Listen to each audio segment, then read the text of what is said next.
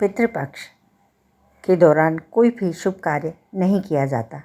पितृपक्ष में कोई भी नया सामान, नया वाहन, नया मकान, नया व्यवसाय, नए कपड़े, नए गहने इत्यादि नहीं लिया जाता है। इसका मतलब यह हुआ पितृपक्ष में कोई भी शुभ कार्य आप नहीं करें। पितृपक्ष में बाल अथवा नाखून भी नहीं काटने चाहिए। पितृपक्ष में नॉनवेज, शराब, तंबाकू, धूम्रपान, बुरी आदतों का नहीं करनी चाहिए, बुरे कार्य नहीं करने चाहिए। सनातन धर्म में पितृपक्ष का विशेष महत्व माना गया है। भाद्रपद पूर्णिमा से पितृपक्ष शुरू हो जाता है और 16 दिन तक अश्विन अमावस्या के दिन तक चलता रहे। इस साल पितृपक्ष की शुरुआत 29 सितंबर से शुक्रवार से शुरू हो चुकी है और इसका समापन 14 अक्टूबर तक होगा। पितृपक्ष की अवधि में पूर्वजों के निमित्त पिंडदान, तर्पण, श्राद्ध आदि किए जाते हैं।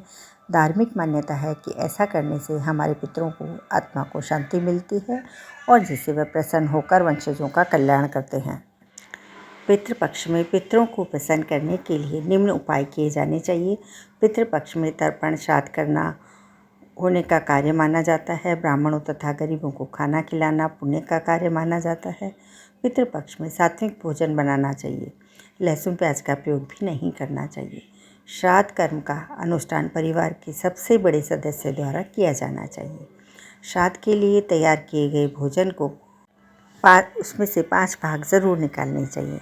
एक गौ बलि जो गाय की होती है, दूसरा श्वान बलि जो कुत्ते को दिया जाता है, तीसरा है काग बलि जो कौवे को दिया जाता है और चौथा है देव बलि जो देवताओं के लिए निकाला जाता है और 5वां है पिपलादी बलि जो चींटियों के लिए निकाला जाता है। तो 5 भाग आप उसमें से ज़रूर निकालें, तो इससे पितरों को भोजन मिलता है, क्योंकि इनका हमारे शास्त्रों में महत्व है।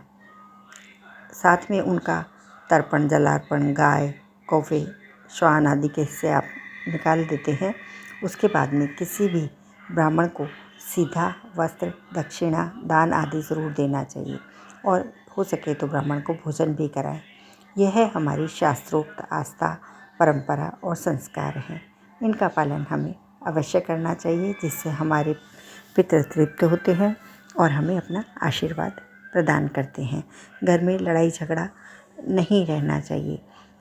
बुरे व्यसन जो हैं उस टाइम बिल्कुल नहीं करने चाहिए। इन 16 दिनों में जो भी परस्त्री गमन, शराब, जुआ, जो भी बुरी आदतें हैं उनका त्याग करना चाहिए और सात्विक भोजन ही खाना चाहिए। जहाँ तक हो सके विचार भी सात्विक रखने चाहिए।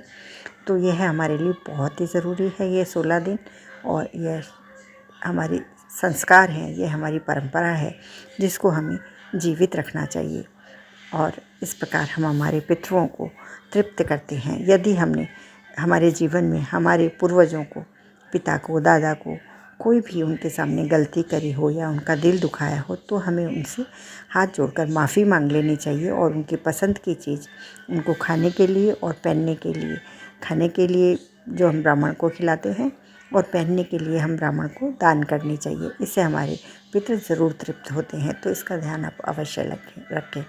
धन्यवाद। यदि आप